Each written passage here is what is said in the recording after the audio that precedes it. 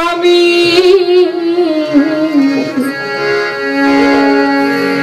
সজীবতা লাগি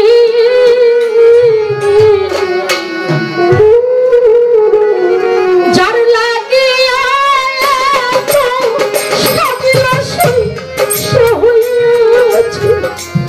যুগি সাজি বোকা লাগি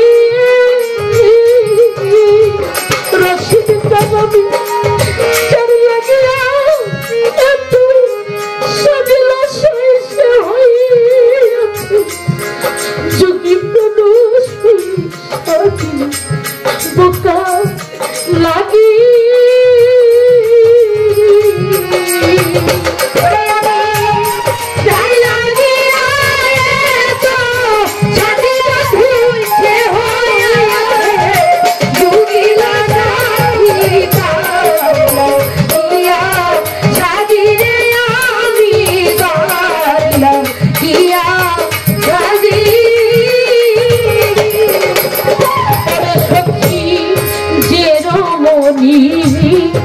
বন্ধু সুখী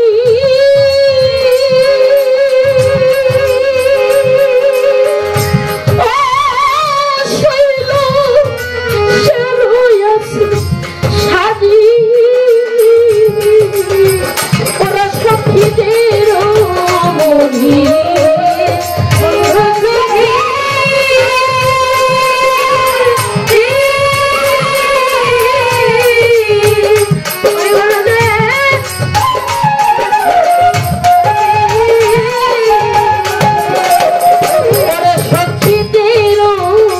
মনি বন্ধু সুখী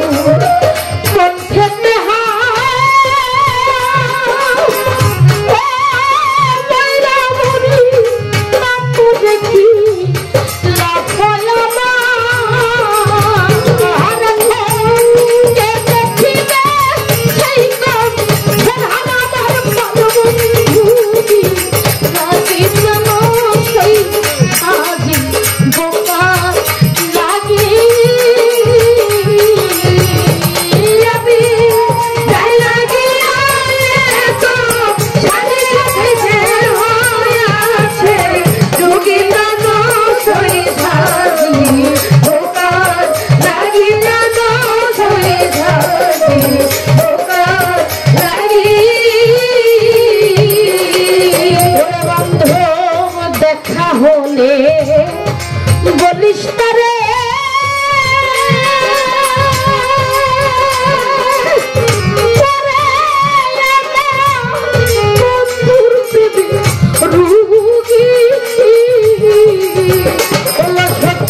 দেখা হলে বলিস তারে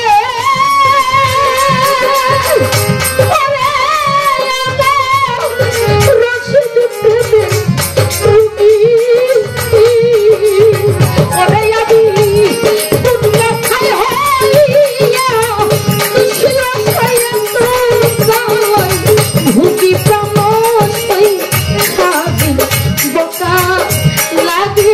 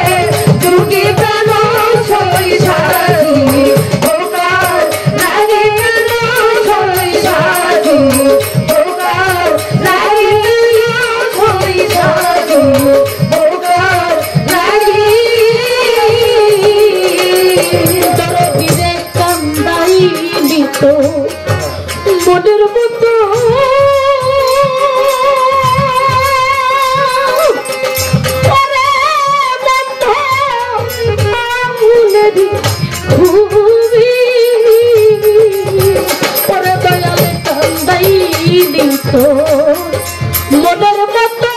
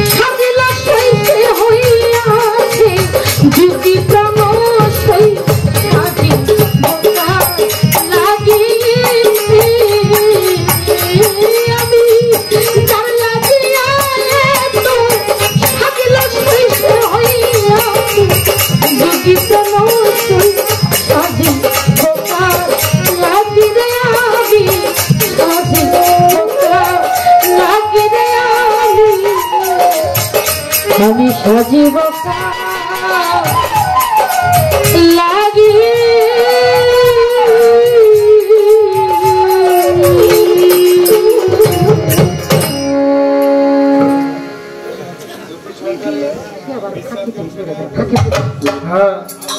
এখন থেকে যদি ওস্তাদকে ভালোভাবে খুশি করতে পারে, আনন্দ দিতে পারে, দোয়া সাউন্ড লাগে না, এমনি পাওয়া যায়। দোয়া চাইয়া পাওয়া যায় না, আর অভিশাপ কইয়াও দেওয়া যায়। অভিশাপের কাম করলে এমনি এজন্য আল্লাহ বলছে, বলে সাপে কামড় দিলে বিষ নামানোর মতো মানুষ পাওয়া যায়, ইনজেকশন আছে, কিন্তু কারো অভিশাপ যদি নেওয়া যায় এটার আর নামানের কোন লাইন। এজন্য আল্লাহ বলছে কারো অভিশাপ তুমি এটাই হিসাব নিকাশ। দীর্ঘশ্বাস যদি ছাড়ে, অনেক মা দেখছি কষ্ট করে, মা দুইটা ভাই মায়ের ভাগ করে দিছে। আমি আশ্চর্য হয়ে গেলাম, এটা কিভাবে সম্ভব? আরে বেটা, তোর ঘরে যদি আরেকটা বাচ্চা হইতো এদেরকে ফালাই দিতি, ফালাই দিতাম আমরা। তাহলে মাটারে নিজের বাচ্চা মনে করি তোমরা রাখো না। যে যত বেশি মায়ের সেবা করবা সে ততই তো জান্নাতের সুবাস পাবে। আল্লাহ তো নিজেই পবিত্র কোরআনে কইছে যে জননীর পদতলে সন্তানের জান্নাত। মায়ের পায়ে যত বেশি বেশি ভক্তি দেয় সন্তান, সে যেন জান্নাতের স্পর্শ করত। জান্নাত রেখে তার কষ্ট দিয়া মানুষ খুশির ইবাদত বন্দী করে। মা আর বাবা, আল্লাহ বলেছে আমি সৃষ্টি করছি, কিন্তু মা বাবার মাধ্যমে তোমরা প্রকাশ হয়েছ। যেই মা বাবা অতি কষ্ট করে দুঃখ করে তোমাদেরকে লালন পালন করে বড় করেছে, তাই কখনো মা বাবার প্রতি এমন কোনো ব্যবহার করিও না, এমন কোনো দুঃখ কষ্ট দিও না। তারা বলে আহ আল্লাহ কি সন্তান দিলে আমাকে এত কষ্ট দেয়। আমার আল্লাহ বলে মা বাবার সেই কষ্টের আমার আরশ মহল্লায় পৌঁছায় যায়, চুরমার হয়ে যায়। তুমি যত বড় ইবাদত বন্দেগী করো না কেন, সেই ইবাদত আমার দরবারে 2 পয়সারও মূল্য।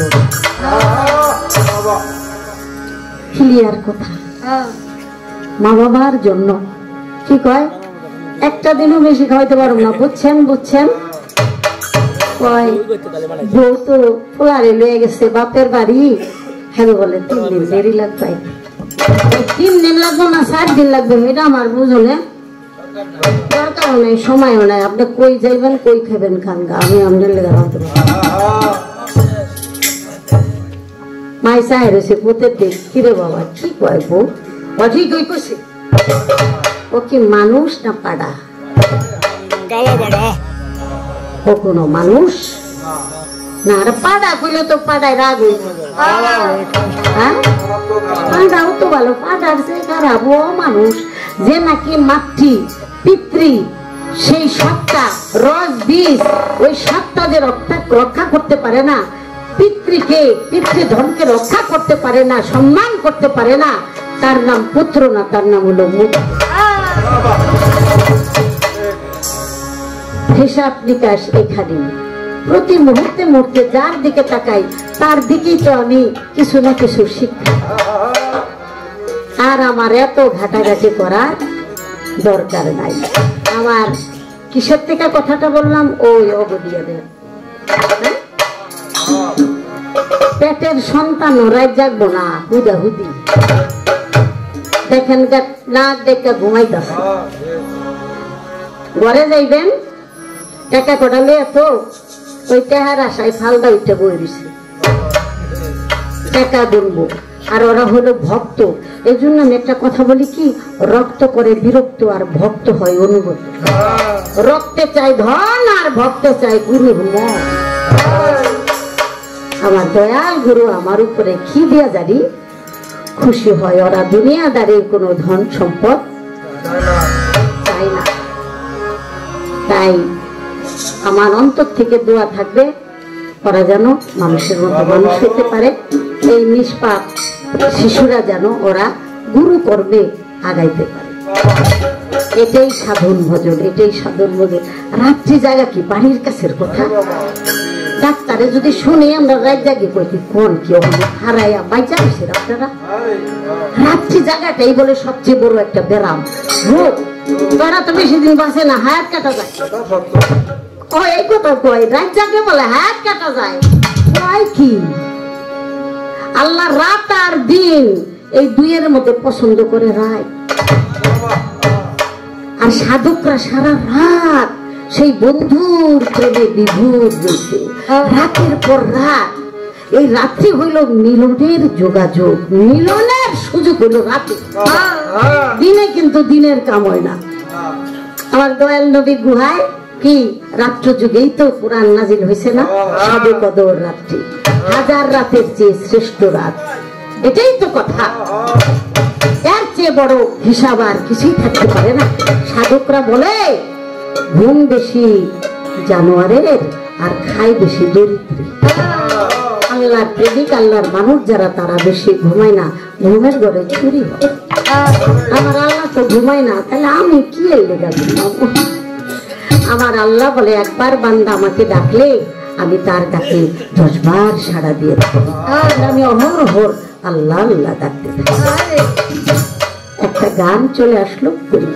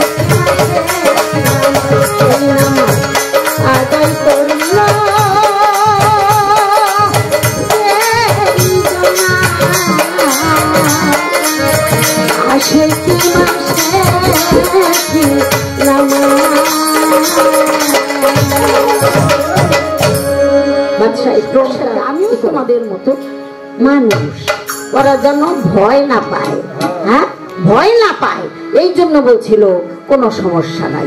আর ওই কথাটাকে কেন্দ্র করে অনেকে কয় নবী নিজেরে মানুষ, আমিও তোমাদের মতো মানুষ। হ্যাঁ কি জ্ঞান ডালিয়া ওরা পুটকা বাইন্দা বই দিচ্ছে, আল্লাহ রে আল্লাহ জ্ঞান ডাকি। আবার দয়াল নবী সেদিন ছন্দে ছন্দে গান করেছিলেন, আর যারা নাকি আনসারি ছিল তারা দুহারি করছে। আমার দয়াল নবী গানকে কখনো নিষেধ করেন। কোন গানটা গাইছিল এটা আমি মুখস্থ করি নাই, কিন্তু আমার খাতায় লেখা আছে। আমার হালিম বাবা এইটা দিয়ে একটা গান লিখছে। এই গানটা প্রায় আসলে আমাদের নজরুল বইতে আছে না জিনেদা, হ্যাঁ কিন্তু মাঝে মাঝে গানটা করে। আমি আপনাকে ওই গানটা একটু জানাই দিব, জানাই দেব বাবা। কিন্তু হাদিসের মধ্যে দুনিয়ার মধ্যে সমস্যা কি রে বাবা? আরে পবিত্র কোরআনটা এইটাই তো ছন্দে ছন্দে। আপনি যদি ইচ্ছা করেন যে ওই ছোট ছোট সূরাগুলি আপনি একটা সুর দিয়া আল্লাহ না করছেন ছন্দে, দেখেন কি সুন্দর ছন্দ, প্রত্যেকটা কথার সাথে কত মিল। আর এই মিল বলেই তো একমাত্র বিশ্বে একটি গ্রন্থ, সেটা পবিত্র কোরআন, যা নাকি মানুষ মুখস্থ রাখতে পারে। আর কোন গ্রন্থ কিন্তু বিশ্বে নাই যা নাকি মানুষ মুখস্থ। একটা অন্ধ হাপে সেও এটাকে শুইনা শুইনা কি সুন্দর। আর এটাকে আমরা কত কঠিন খাতায় নিয়ে গেছি, কত কঠিন মনে করে দিয়ে গেছি। আমার খাজা বাবা গান করেছেন, আমার গাউস পাক গান শুনেছেন। গাউস পাক বলেছেন, খাজা মঈনুদ্দিন বৎস, তোমার মতো যদি কেউ গাইতে পারে তার গাইতে বাধা নাই, আমার মতো যদি শ্রোতা হইয়া শুনতে পারে তার শুনতেও কোনো বাধা নাই। আমার নিজামুদ্দিন আউলিয়া গান শুনেছেন, আমির খসরু গান শুনেছেন, ওলিয়া উলিয়া গাউস কুতুব জুনায়েদ বাগদাদি রাহমাতুল্লাহ আলাইহি, আপনারা তো তার নাম অবশ্যই শুনেছেন, জুনায়েদ বাগদাদি। সে গান করেছেন, নেচেছেন, পাহাড়ে গিয়ে ঢোল ডগর বাজাইয়া, ঢোল ডগর ছিল না বলতে পারে, দব বাজাইয়া, মানে আওয়াজ তো একটাই, দব আর ঢোল, লাউড নাই তো। কিন্তু একটু সমস্যা করে ফেলে, ওই যে মাঝখানে একটা বেরকা দেয়, সেটা হলো এই দুজকে যাবে। আমার আল্লাহ কি কইছে, কোন কাপুরুষ, কোন ভীতু ব্যক্তির জন্য জান্নাত না, কোন লোভীর জন্য জান্নাত না। জান্নাত আর জাহান্নাম দুইয়ের মালিককে তুমি খুশি করার জন্য। আপনাদের দেশের একটা কথা কই, একটু সরে যাই। আগুন লাগিলে আগুন নিভাই, আগুন লাগিলে আগুন নিভাই, কেমন করে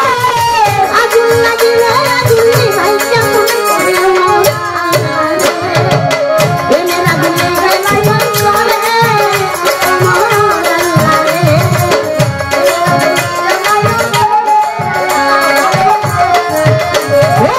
আগুন লাগিলে আগুন নিভাই কেমন করে, আগুন লাগিলে আগুন নিভাই কেমন করে আমার আল্লাহ রে। কেমন চলে যাও তারে আমার আল্লাহ রে, কেমন চলে যাও তারে আমার আল্লাহ রে। ওরে বসরা গো, আরে বসরা নগরে বাড়ি দিদিরা রে আয়, আগুন আগুন কইয়া একদিন নামিল রাস্তায়, আরে গভীর রাত্রে আগুন কইয়া রাস্তার মাঝে নামে, তাই দেখিয়া সবাই মিলে ছিল কিন্তু ঘুমে, ঘুম হইতে হাতের মধ্যে বালতি পানি লইয়া, রাস্তার মধ্যে আইসা বাবা যে যাইলে আয়া, তার বাড়িতে আগুন লাগছে যাও গো দেখাইয়া, সেই আগুন পানি দিয়া দিব গনি ভাইয়া গো, দিব গনি ভাইয়া গো, দিব গনি ভাইয়া গো, দিব গনি ভাইয়া।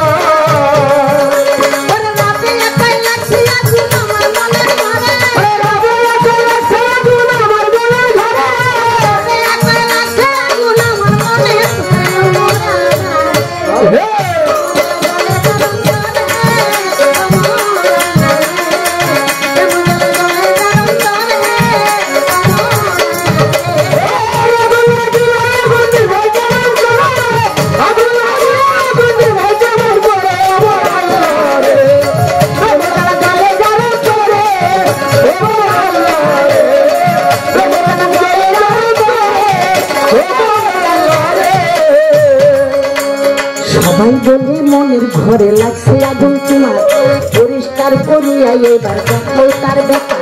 তাই শুনিয়া রাবেয়া কই চাকু নিয়ে আসো, তারপরে তে দেখবে আগুন কাছে আমার বসো। চাকু আয়না হাতের মধ্যে যখনই লাগায়, আর সবাই মিলে দেখা বাবা অবাক হইয়া যায়। পুরা ছালি ঝরঝরাইয়া মাটির মধ্যে পড়ে, তাই দেখিয়া অবাক হইয়া সবাই জানে ঘুরে। তাই দেখিয়া হাইরে সবাই অবাক হইয়া যায়, আরে এমন ভাবে প্রেমা গেলে পুইরা কইল হায়। আরে পুইরা পুইরা অন্তর আমার হইয়া গেছে থানা, ভিতরেতে রক্ত বলতে কিছু আর দেখি না গো, কিছু আর দেখি না গো, কিছু আর দেখি না গো, কিছু আর দেখি না। বস্ত্রার গভর্নর রাবিয়াকে বিয়ের প্রস্তাব দিয়েছে। রাবিয়া বলে, আরে বিয়ে করবা? তুমি যে মানে বিয়ে করবা, আমার আমল নামা ডানে না বামে, এই জবাবটা কি তুমি দিতে পারবা? না। আমাকে মালিক ক্ষমা করছে না ক্ষমা করে নাই, এই কি কইতে পারবা? আমার নেক আমল আছে কিনা, আমাকে আল্লাহ মুক্তি দিবে কিনা, কবুল করবে কিনা, এটা কি তুমি কইতে পারবা? না। তাহলে তাহলে তোমার সাথে বিয়ে দিও আল্লাহ। তাহলে কেমন প্রেম করেছে রাবেয়া। হামাগুড়ি দিয়া কাবার দিকে যায়, রক্তাক্ত হয়ে যায়। কেন হামাগুড়ি দিল? কেন কেন দিল? যে এই পথে আল্লাহর নবী রসুল ওলিয়া উলিয়া কতজনে পা ফেলে গেছে, তাদের পায়ের উপরে যদি আমার পা লাগে আমি গুনাহগার হয়ে যাবে। তাই সে হামাগুড়ি দিয়া যাইতেছে, রক্তাক্ত হয়ে গেছে কাবার পথ। আমার আল্লাহ বলে, কাবা আর তুমি দেরি করো না, তুমি চলে যাও তোমার জায়গা থেকে। আমার ওই দাসী, আমার এক দুঃখী অভাগী নারী, সে কষ্ট করে আসতেছে, তার কষ্ট আমার সহ্য হয় না, তুমি তাকে চতুর্দিকে তোয়াফ করো প্রদক্ষিণ। তাই কাবা সেদিন গিয়েছিল, চতুর্দিকে তোয়াফ করেছে। তখন রাবিয়া বলেছে, তুমি আসছো, তুমি আসছো, আমার বন্ধু কই? হে বন্ধু, তুমি কই?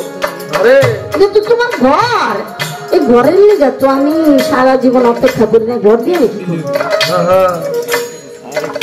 বিদেশ গেলেন গা, বিয়া করে থুইয়া কাটায় দিলেন যুগ যুগ, অলঙ্কার দিয়া দেহটা ভরে গেছে, দালান কোটা অভাব নাই, টাকার বন্দা বন্দার সামনে, তাই কি পরানটা জুড়ায়। এটাই তো হিসাব টিকাস। টাকা লইয়া আইলেন ঠিকই, আপনারও সেই চেহারা নাই, আমারও সেই চেহারা নাই, চুল ছুঁয়ে গেছেন, কালা চুল হয়ে গেছে।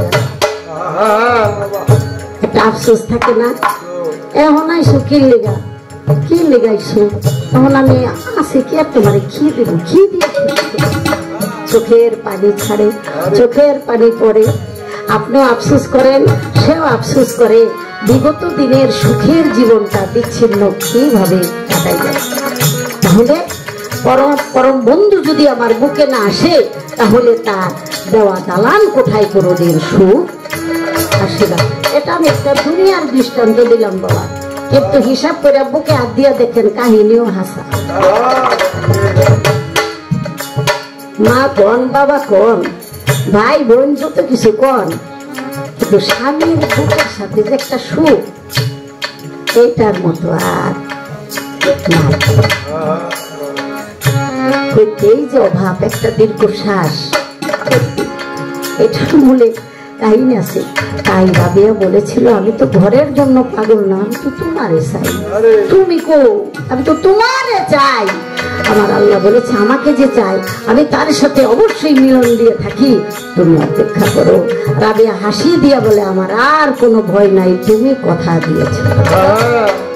এটার নাম হলো প্রেম, আর কোনো কিছু আমার লাগবে না। তুমি আমারে ভালোবাসো, তুমি আইবা, এটাই আমার আনন্দ, এটাই আমার, এটা হলো প্রেমানন্দ।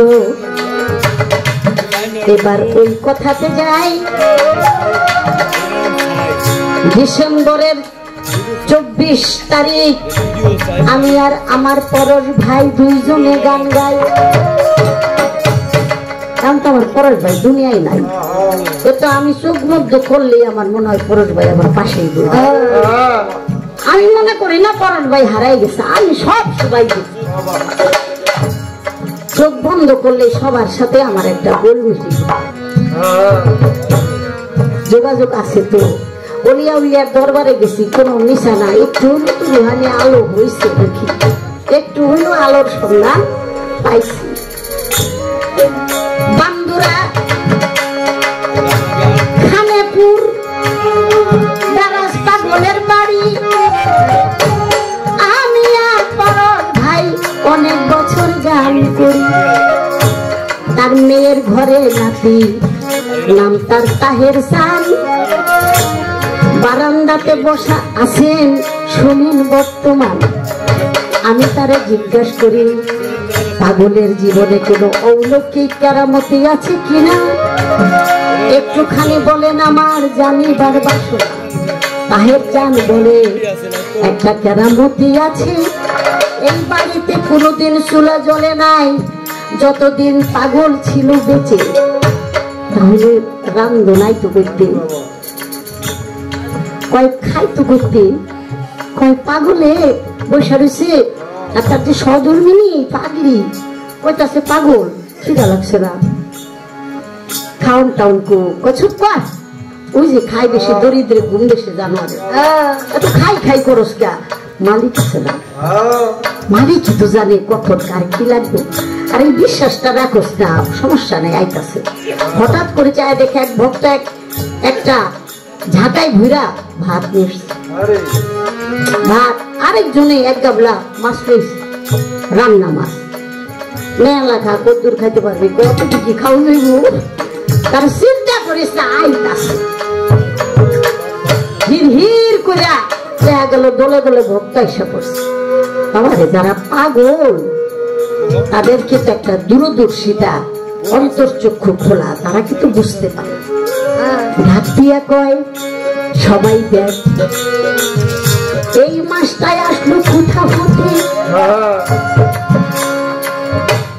ওই রান্না কইরাই আনছে, আমি কই সাক্ষাৎ আর রানছি তো আইলো করতে, কই করতে পাগল, ওই মনে নাই সকালবেলা আমরা খেয়া পার হওয়ার সময় হঠাৎ করে একটা শিশুর দাওয়া খাইয়া একটা রুই মাছ ঠান্ডা উঠছিল, আমি খেওয়ায় উঠছিল বাবা, উঠছিল।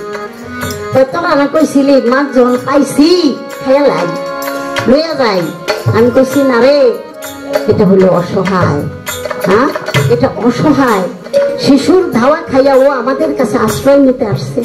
এমন অবস্থায় একজন দুর্বলকে, অসহায়কে যদি আঘাত করা হয়, খাওয়া হয়, তাহলে মালিকের কাছে জবাব। বাইরে আঘাত করে কিন্তু দুর্বল না, দুর্বল রে যদি কেউ আঘাত করে সে কখনো বীর না, তার মূল্য কাবু। তাই পানির মধ্যে ছাইরা দেওয়া হয়েছে। এটা আবার আরেক ভক্ত বেসাইল পাইকা থুইছে, ওই জালে উঠছে, ও সুন্দর করে রান্না করে। এগুলি হইল অলৌকিক, সেটা হইল বেলায়েতি মহাশক্তি যাদের মধ্যে, তারাই কেবল এটা বুঝতে। এই পাওয়ার ছাড়া, এই শক্তি ছাড়া, এই জন্য আমার আল্লাহ বলেছে, আমার পাগল, আমার ফকির, আমার দরবেশ, আমার অলি দুনিয়ার মধ্যে ফকির, দুনিয়ার মধ্যে তারা হলো তোমাদের জন্য মেহমান। তাদেরকে সাধারণ ভাবিও না, তারা তোমাদের জন্য মেহমান। অত মেহমানকে তোমরা সম্মান দেওয়ার চেষ্টা করো। সেই মেহমানকে যদি সম্মান দাও, তাহলে আমাকে সম্মান দেওয়া হয়। দারাজ পাগল বেড়াইতে যাইত মুন্সিগঞ্জ আমজাদ খার বাড়িতে, ওরে আদর করত, ভালোবাসত, বলি সবার সাথে। আইন শৃঙ্খলা রক্ষাকারী কর্মকর্তা দিল্লি এসেছেন খাজা সিদ্দিক চিশতির বাড়িতে।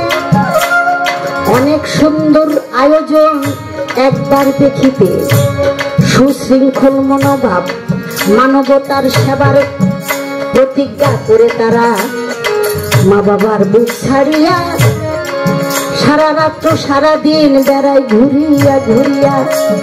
সাহসী মানুষ তারা, তাই তো অন্তর থেকে আল্লাহর কাছে চাই তারা যেন সুন্দরভাবে সৃষ্টির সেবা করতে পারে।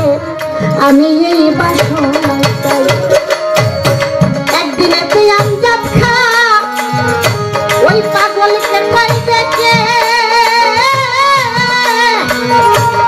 শোনো শোনো ওরে পাগল বলি তোমাকে, মানুষটা ভালো তুমি, মানুষ খারাপ না, কিন্তু তুমি পাগল কেন একটু নামাজ পড়ো না?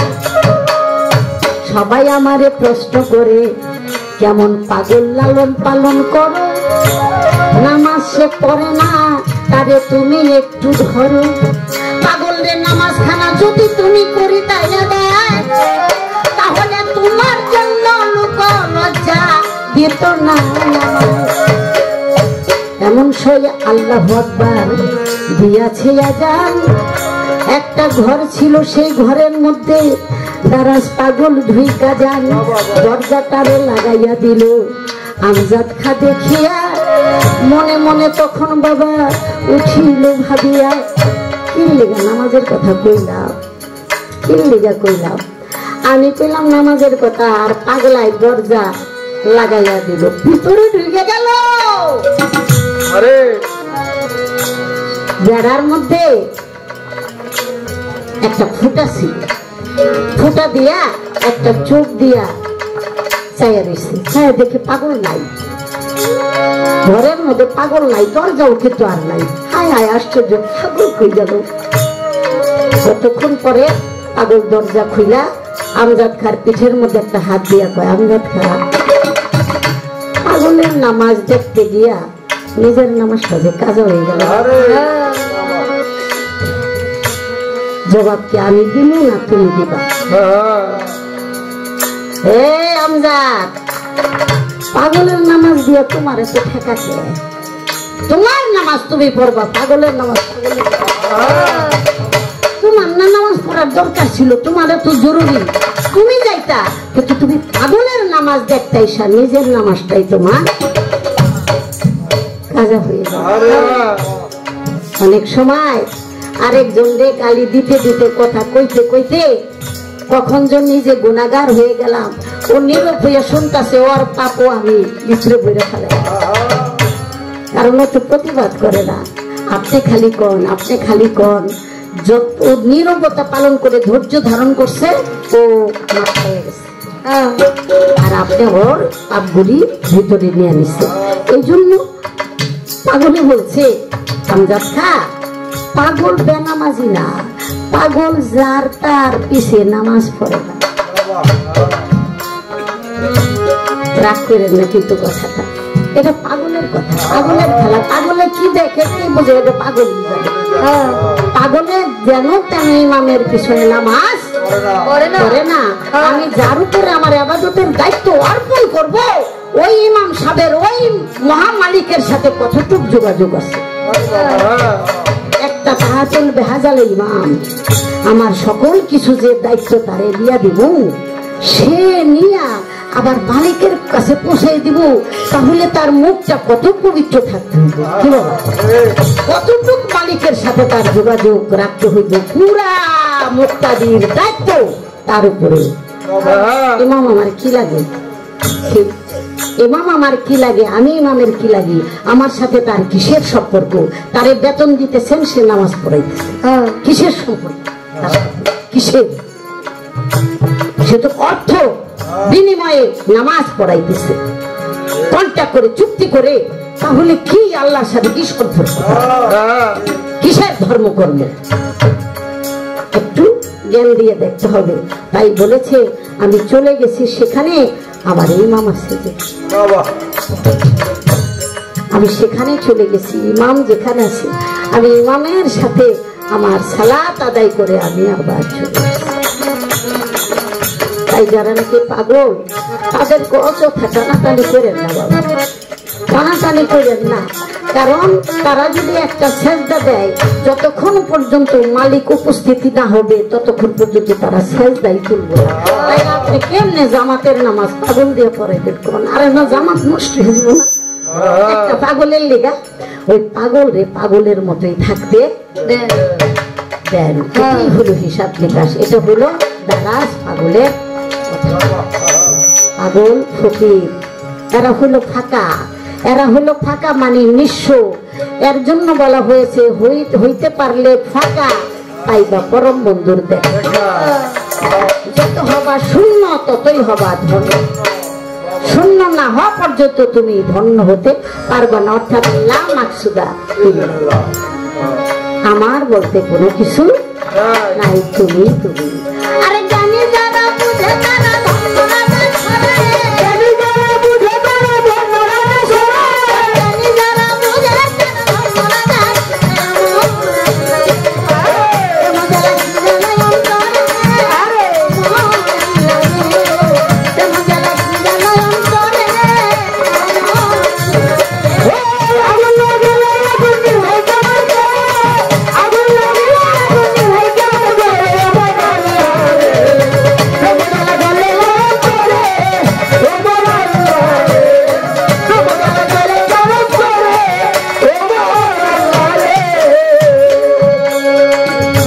কাবাতে আদায় করে দিল হুজুরি সালাত, সেই গানটাই হয়ে গেল করিলাম সাক্ষাৎ।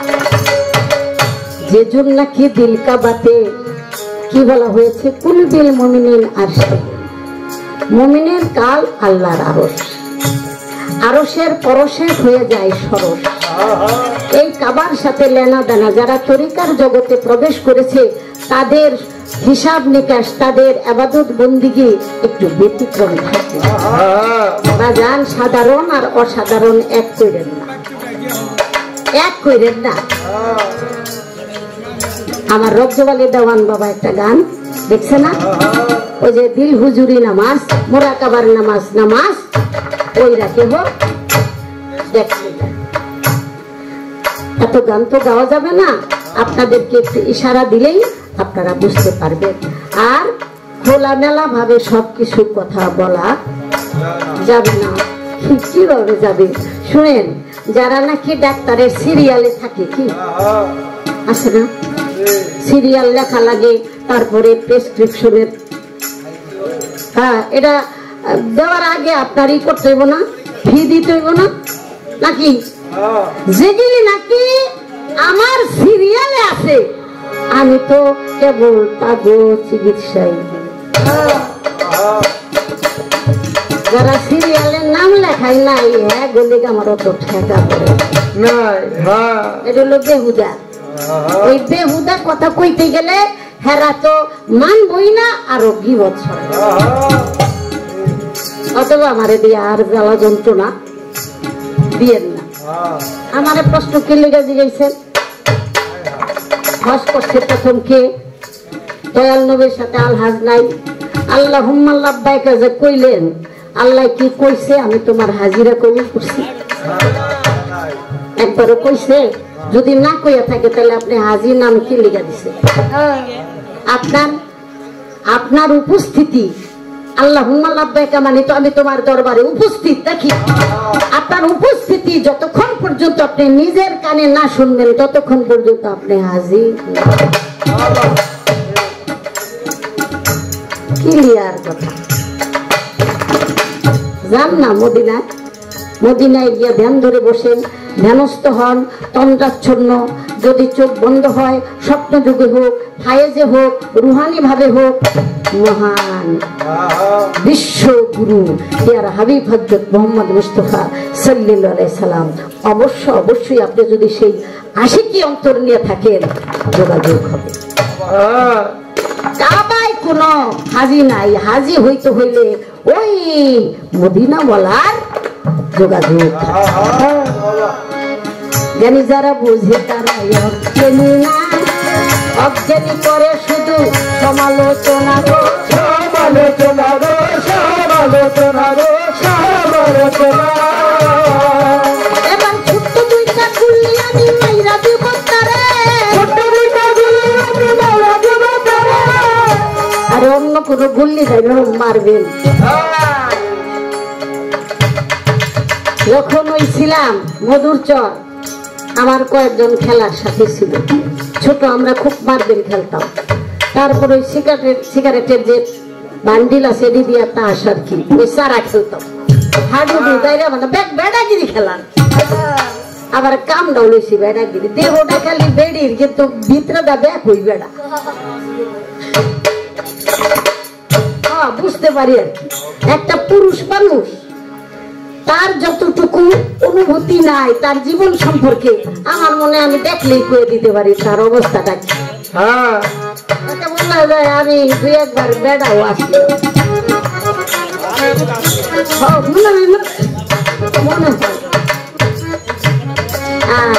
আমি যখন সেই যুদ্ধে নফসের সাথে প্রবৃত্তির সাথে যুদ্ধ করে যখন আমি কিছুটা হলো কামিয়াব, তাহলেই তো এটাই তো বেড়াগিরি, এটার নামে তো পৌরুষ। পৌরুষ মানে আলো, আর এটাই হলো প্রতিনিধি। প্রতিনিধি হলো যে মায়া মোহ কাম ক্রোধ লোভ মায়া সূর্য, এই ছয়টা রিপুকে যে অধীনস্থ করতে পারে, দাসী বানাইতে পারে, নিয়ন্ত্রণে রাখতে পারে, সেই তো বেড়া, সেই তো প্রতিনিধি। এজন্য বলা হয় কোন নারী গুরু হইতে পারে না, কোন নারী গুরু হইতে পারে না। কারে কয় নারী? যারা চরিত্রগত নারী। একটা সুন্দর বেডি দেখছে, আরে বেডি রোগ ছিঁড়া যাইতেছে না, কি হইল না, তাহলে আর আমি গুরু হইতে পারব না। কারণ একটা নারীর সামান্য মেকআপের চামড়া এটা দেখে যদি আমি দামড়া হইয়া যাই, তাহলে তো কাম হইল। টাকার বান্ডিল ধুয়ে দিছে, ওডি কি সাদা মাটা পাতা কিচ্ছু না, এগুলি লোভ লালসা সব শেষ। পৃথিবীতে এমন কোন কিছু তৈরি হয় নাই যা দিয়ে আমার লোভ দেখাইতে পারে, একমাত্র আমার মুর্শিদ আমার সখী বাবা। আমার আর কোন চিন্তা ভাবনা নাই, আমার কান্না আসে না, কারণ আমি আমার মুর্শিদ যত সব সবাই পাই। খালি চোখ বন্ধ করে একটু স্মরণ করলে হাসি উঠতে হবে, তার চেয়ে পরম পাওয়ার কিছুই থাকতে পারে না। তাই আপনার কাছে ওই যে এটা গুল্লি মারুন তো, সেই কথাটাই আমি জানার আশা রাখছি। আপনি সুন্দর করে আমাকে বলবেন, আমার পেয়ারা হাবিব হযরত মুহাম্মদ মুস্তাফা সাল্লাল্লাহু আলাইহি সাল্লাম, আপনি মোহরে নবুয়ত যে বলেন, দয়াল নবী পৃথিবীতে মোহরে নবুয়ত দিয়ে যে কাজ করেছেন, সেই মোহরে নবুয়তের চিহ্নটা দয়াল নবী এক ব্যক্তিকে আমানত দিয়েছিলেন, মানে তার কাছে দিয়েছিলেন, কিন্তু পরবর্তীতে সে একটা বেয়াদবি করাতে সেই মোহরে নবুয়তের যে চিহ্ন আমানত সেটা হারায় কিয়ামত পর্যন্ত সেটা আর ফিরে কিয়ামত হয় নাই, পাই নাই, মানে পাইব না, আর পাবে না। কিন্তু এই নবুয়তের জন্য ওই সাহাবীর জবাব চিন্তা করতে হবে। আপনি বলেন সে কে? আর দয়াল নবীর নবুয়তের একটি চিহ্ন তাকে জামানত হিসাবে দেওয়া হইল, সেই চিহ্নটাই কি? একটা কথাই আমার রয়ে গেল, আমরা সকলে মিলেমিশে কথাটা যদি শুনতে পাই অবশ্যই ভালো লাগে। আর মানে হঠাৎ করে জিজ্ঞাসি তো আমি ব্যালেন্সটা ঠিক রাখতে পারি নাই, কি জিগামো আর কি জিগামো না। সত্যি এটা আমার দিছে আর কি, ডেলিভারি এটাই দিছে, সেজন্য আমি আপনার কাছে জিজ্ঞাসা করলাম, আপনি একটু বলবেন। এবার আরেকটা গান তো গাওয়াই লাগবে, প্রথম একটা গান, মাঝখানে একটা দরতায়